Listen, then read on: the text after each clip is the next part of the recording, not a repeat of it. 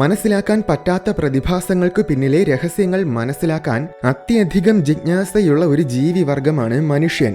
അത്തരത്തിലൊരു ജിജ്ഞാസയാണ് ഏലിയൻസം.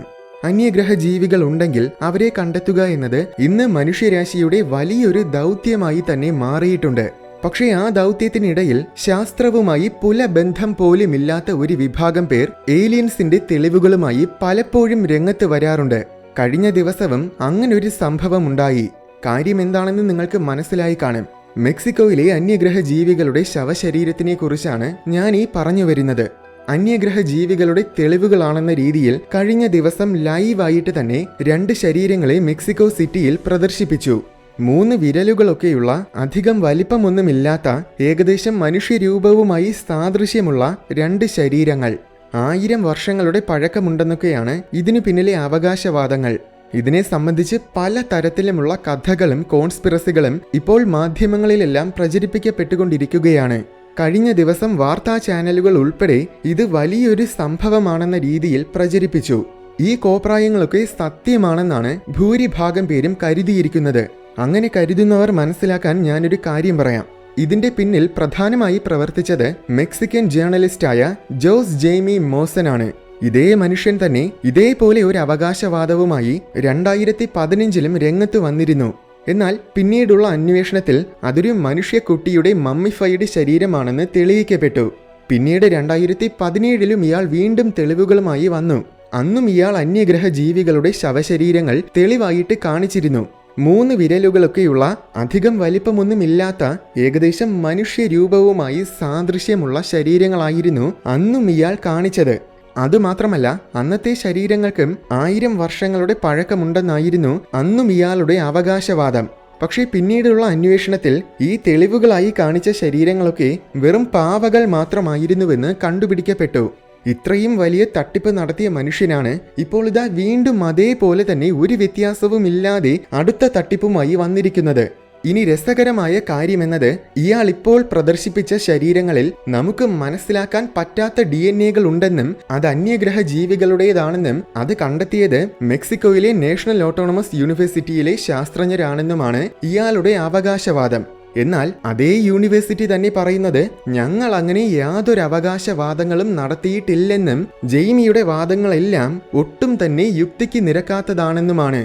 ഇനി അടുത്ത കാര്യം, ജെയ്മി മോസൻ വെറും ഒരു ജേർണലിസ്റ്റ് മാത്രമല്ല, അയാൾ ഒരു UFOളജിസ്റ്റ് കൂടെയാണ്. എന്താണ് UFOളജി? യാതൊരു തെളിവിന്റെയും അടിസ്ഥാനമില്ലാതെ UFOകളെല്ലാം ഏലിയൻസിന്റെ വാഹനങ്ങളാണെന്ന് സ്വയം വിശ്വസിച്ച ശേഷം ആ വിശ്വാസത്തിനെ ന്യായീകരിക്കാനുള്ള തെളിവുകൾ തേടിപ്പോകുന്നതിനെയാണ് UFOളജി എന്ന് പറയുന്നത്. മറ്റൊരു രീതിയിൽ പറഞ്ഞാൽ UFOളജി എന്നാൽ യഥാർത്ഥത്തിൽ വെറും സ്യൂഡോ സയൻസ് അഥവാ കപട ശാസ്ത്രം മാത്രമാണ്. ഇത്തരം UFOളജിസ്റ്റുകൾ അവർ വിശ്വസിക്കുന്ന കാര്യങ്ങളിലേക്ക് തെളിവിനെ കൊണ്ടുവരാൻ ശ്രമിക്കുന്നവരാണ്. എന്നാൽ ശാസ്ത്രത്തിന്റെ രീതി നേരെ തിരിച്ചുമാണ്. തെളിവ് നയിക്കുന്നിടത്തേക്ക് നമ്മൾ പോവുകയാണ് ചെയ്യേണ്ടത്, അല്ലാതെ നമ്മൾ കരുതുന്ന കാര്യത്തിലേക്ക് തെളിവിനെ തിരികെ കയറ്റാൻ ശ്രമിക്കുകയല്ല വേണ്ടത്. അങ്ങനെ തിരികെ കയറ്റാൻ ശ്രമിക്കുമ്പോഴാണ് അതിനെ നമ്മൾ സ്യൂഡോ സയൻസ് എന്ന് പറയുന്നത്. ഇങ്ങനെ ഏലിയൻസിന്റെ തെളിവെന്നും പറഞ്ഞ് രംഗത്ത് വന്നിട്ടുള്ളവരെയെല്ലാം ശ്രദ്ധിച്ചാൽ നിങ്ങൾക്കൊരു കാര്യം മനസ്സിലാക്കാൻ സാധിക്കും. അതിൽ ഏകദേശം എല്ലാവരും ഇത്തരം UFOളജിസ്റ്റുകളും കോൺസ്പിറസി പ്രചരിപ്പിക്കുന്നവരുമൊക്കെ ആയിരിക്കും. പലപ്പോഴും ഇവർക്കൊന്നും ശാസ്ത്രത്തിന്റെ അടിസ്ഥാനം പോലും കാണില്ല.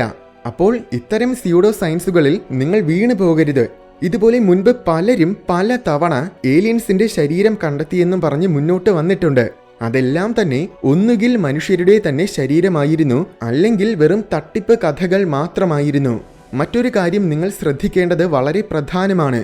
ഇങ്ങനെ തെളിവുകളായി വരുന്ന എല്ലാവരും നമ്മളെല്ലാം കാലങ്ങളായിട്ട് ഹോളിവുഡ് സിനിമകളിൽ പല തവണ കണ്ടുമടുത്തിട്ടുള്ള രൂപങ്ങളിലുള്ള ഏലിയൻസിനെയാണ് കാണിക്കുന്നത്. അപ്പോൾ തന്നെ ഇതൊക്കെ വെറും തട്ടിപ്പാണെന്ന് നമുക്ക് മനസ്സിലാക്കാം. തംബ്നെയിലുകളിലൊക്കെ കാണുന്ന ഏലിയൻസിന്റെ രൂപം ശരിക്കും അങ്ങനെ തന്നെയാണോ എന്ന് എന്നോട് പലരും ചോദിച്ചിട്ടുണ്ട്. അങ്ങനെ ആർക്കെങ്കിലും സംശയമുണ്ടെങ്കിൽ അവർക്ക് വേണ്ടി പറയുകയാണ്, ഇതെല്ലാം തികച്ചും മനുഷ്യ സങ്കല്പം മാത്രമാണ്. യഥാർത്ഥത്തിൽ ഏലിയൻസ് എങ്ങനെയായിരിക്കുമെന്ന് നമുക്ക് ഊഹിക്കാൻ പോലും പറ്റാത്ത കാര്യമാണ്. അന്യഗ്രഹ ജീവികളെ പറ്റിയുള്ള നിരവധി കെട്ടുകഥകളുണ്ട്. അതിൽ പ്രത്യേകിച്ച് എടുത്തു പറയേണ്ട ഒന്ന് തന്നെയാണ് ഹിസ്റ്ററി ചാനൽ. ഹിസ്റ്ററി ചാനലിലെ ആൻഷ്യന്റ് ഏലിയൻസ് എന്ന കോമഡി ഷോയിൽ ഒരു കുന്നോളം കെട്ടുകഥകൾ കാണാം. അതിനെയൊക്കെ ഇൻഫിനിറ്റി വാർ സിനിമ കാണുന്നത് പോലെ വെറും സയൻസ് ഫിക്ഷൻ സീരീസായി മാത്രം കണ്ടാൽ മതി. ചരിത്രം എന്ന പേരിൽ ഹിസ്റ്ററി ചാനലിൽ പ്രചരിപ്പിക്കപ്പെടുന്ന കോമാളി കഥകൾ കണ്ട് അത് സത്യമാണെന്ന് തെറ്റിദ്ധരിക്കപ്പെടുന്ന ഒരുപാട് പേരുണ്ട്. അത് ഏലിയൻസിന്റെ വീഡിയോസ് ചെയ്യുമ്പോൾ അതിലെ കമന്റ്സിലൂടെയാണ് എനിക്ക് മനസ്സിലായത്. ഈ പുള്ളിക്കാരനാണ് ആൻഷ്യന്റ് ഏലിയൻസ് എന്ന കോമാളിത്തരം ചെയ്യുന്നത്. ആൻഷ്യന്റ് ഏലിയൻസ് മാത്രമല്ല, ഏലിയൻസുമായി സംബന്ധിച്ച കെട്ടുകഥകളുടെ ഏറ്റവും വലിയ സ്രോതസ്സാണ് ഈ മനുഷ്യൻ. വെറും സിദ്ധാന്തങ്ങൾ എന്ന പേരിൽ കഥകൾ പറഞ്ഞിരുന്നെങ്കിൽ യാതൊരു കുഴപ്പവുമില്ലായിരുന്നു. പക്ഷേ യഥാർത്ഥ ചരിത്രം എന്ന പേരിലാണ് ആൻഷ്യന്റ് ഏലിയൻസ് എന്ന കോമാളി ഷോ നടത്തുന്നത്. ഇത്തരം കെട്ടുകഥകളിൽ വിശ്വസിച്ച് അവയ്ക്ക് പിന്നാലെ പോകുമ്പോൾ നിങ്ങൾ യഥാർത്ഥ ശാസ്ത്ര സത്യാന്വേഷണത്തിൽ നിന്നും അകലുകയാണ് ചെയ്യുന്നതെന്ന കാര്യം ഓർക്കണം. ഇതിപ്പോൾ ഹിസ്റ്ററി ചാനലിലെ ആൻഷ്യന്റ് ഏലിയൻസ് എന്ന പരിപാടിയെക്കുറിച്ച് മാത്രം പറയുന്നതല്ല. ഇതുപോലെ ഏത് കെട്ടുകഥകളായിരുന്നാലും അതിൽ വീണു പോകാതിരിക്കാൻ നിങ്ങൾ സൂക്ഷിക്കണം. കഴിഞ്ഞ വീഡിയോ പ്ലാനറ്റ് എക്സിനെ കുറിച്ചായിരുന്നു. അതിൽ കുറച്ചുപേര് പ്ലാനറ്റ് എക്സിൽ ഏലിയൻസ് ഉണ്ടെന്നും അത് അനുനാക്കികളുടെ ഗ്രഹമാണെന്നുമൊക്കെ കമന്റ് ചെയ്തിട്ടുണ്ടായിരുന്നു. പക്ഷെ നിങ്ങളൊരു കാര്യം ഓർക്കണം, ഈ അനുനാക്കികൾ എന്നത് പുരാതന കാലത്തിലെ സുമേരിയൻസും ബാബിലോണിയൻസും ഒക്കെ വിശ്വസിക്കപ്പെട്ടിരുന്ന ഐതിഹ്യ കഥകളാണ്. അതായത് അവരുടെ ദൈവങ്ങളായിരുന്നു അനുനാക്കികൾ. ഈ ഫാന്റസി കഥകളെയാണ് പിൽക്കാലത്ത് പ്ലാനറ്റ് എക്സുമായും നിബിരു എന്ന മറ്റൊരു ഐതിഹ്യവുമായും കൂട്ടിച്ചേർത്ത് പ്ലാനറ്റ് എക്സ് യഥാർത്ഥത്തിൽ നിബിരു എന്ന ഗ്രഹമാണെന്നും അവിടെ അനുനാക്കികൾ എന്ന അന്യഗ്രഹ ജീവികൾ ഉണ്ടെന്നും അവരാണ് മനുഷ്യരെ സൃഷ്ടിച്ചതെന്നും അവരാണ് ഇടയ്ക്കിടയ്ക്ക് UFOകളിൽ ഭൂമിയെ സന്ദർശിക്കാൻ വരുന്നതെന്നും 21-ാം നൂറ്റാണ്ടിന്റെ തുടക്കത്തിൽ അവർ ഭൂമിയെ നശിപ്പിക്കാൻ വരുമെന്നുമൊക്കെയുള്ള ഒരുപാട് കഥകളുണ്ട്. അതൊക്കെ വെറും ഫാന്റസി കഥകളായിട്ട് മാത്രം പരിഗണിച്ചാൽ മതി. സിദ്ധാന്തങ്ങളായിട്ടോ സാങ്കല്പിക സിദ്ധാന്തങ്ങളായിട്ടോ പോലും പരിഗണിക്കരുത്. അന്യഗ്രഹ ജീവികൾ എന്ന വാക്ക് തന്നെ മറ്റൊരു ഗ്രഹത്തിലുള്ള ജീവിയെ സൂചിപ്പിക്കുന്നതാണ്. അപ്പോൾ പിന്നെ അവയെ എവിടെയാണ് തിരയേണ്ടത്? അത് തേടേണ്ടത് അന്യഗ്രഹങ്ങളിലാണ്, അല്ലാതെ ഭൂമിയിലല്ല. പിന്നെന്തിനാണ് പലരും ഏലിയൻസിനെ ഭൂമിയിൽ തേടുന്നത്? അതിന്റെ പ്രധാന കാരണം ശാസ്ത്രത്തിന്റെ അടിസ്ഥാനമില്ലായ്മയാണ്. ബഹിരാകാശത്തിന്റെ അനന്തമായ വലിപ്പത്തിനെക്കുറിച്ചുള്ള കൃത്യമായ ധാരണയുണ്ടായാൽ മാത്രം മതി ഭൂമിയിൽ രഹസ്യമായിട്ട് അന്യഗ്രഹ ജീവികൾ വരുന്നുണ്ടെന്ന് പറയുന്നത് എത്രത്തോളം വലിയ വിഡ്ഢിത്തമാണെന്ന് തിരിച്ചറിയാൻ. നിർഭാഗ്യവശാൽ നമ്മുടെ എഡ്യൂക്കേഷൻ സിസ്റ്റം വളരെ മികച്ചതായതുകൊണ്ട് നമ്മുടെ പാഠപുസ്തകങ്ങളിലൊന്നും ബഹിരാകാശത്തിനെക്കുറിച്ച് കാര്യമായിട്ടൊന്നും പഠിക്കാനില്ല. അപ്പോൾ പിന്നെ ജെയ്മിയെ പോലെയുള്ള തട്ടിപ്പുകാരെ കാണുമ്പോൾ സ്വാഭാവികമായും പൊതുജനങ്ങൾ വിശ്വസിച്ചു പോകും. മറ്റൊരു പ്രശ്നമെന്നത് മടിയാണ്. എല്ലാത്തിനും പെട്ടെന്നുത്തരം കണ്ടെത്തുക എന്നതാണ് മനുഷ്യന്റെ രീതി. എന്നാൽ ഈ അനന്തമായ പ്രപഞ്ചത്തിൽ ഏലിയൻസിനെ തേടുക എന്നത് വളരെ വളരെ വളരെ വളരെ ബുദ്ധിമുട്ടുള്ള കാര്യമാണ്. ബുദ്ധിമുട്ടാണെന്നതിലുപരി ഒരുപാട് സമയം വേണം.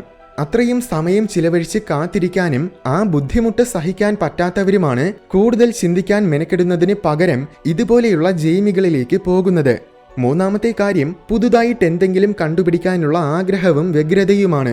ജെയ്മി പ്രദർശിപ്പിച്ചത് ഏലിയൻസിന്റെ ശരീരങ്ങളാണെന്ന് വിശ്വസിക്കുമ്പോൾ, എല്ലോറ കേവ്സും പിരമിഡ്സും ഒക്കെ ഏലിയൻസ് നിർമ്മിച്ചതാണെന്ന് വിശ്വസിക്കുമ്പോൾ, പണ്ട് മനുഷ്യർ ഗുഹകളിൽ വരച്ചുവെച്ച ചിത്രങ്ങൾ ഏലിയൻസിനെ സൂചിപ്പിക്കുന്നതാണെന്ന് വിശ്വസിക്കുമ്പോൾ, അന്യഗ്രഹ ജീവികളെ കണ്ടെത്തിയതിൽ നമ്മളും ഒരു ഭാഗമായി മാറുകയാണല്ലോ എന്ന ചിന്ത ഇത്തരം കെട്ടുകഥകളിൽ വിശ്വസിക്കാൻ നമ്മെ പ്രേരിപ്പിക്കും. എന്നാൽ ഇത്തരം കെട്ടുകഥകളിലും കപടശാസ്ത്രത്തിലുമൊക്കെ വിശ്വസിക്കുമ്പോൾ, അതിനു പിന്നാലെ നിങ്ങൾ പോകുമ്പോൾ, അത് പ്രചരിപ്പിക്കുമ്പോൾ, ഞാൻ നേരത്തെ പറഞ്ഞതുപോലെ യഥാർത്ഥ ശാസ്ത്ര സത്യാന്വേഷണത്തിന് നിങ്ങൾ തടയിടുകയാണ് ചെയ്യുന്നത്.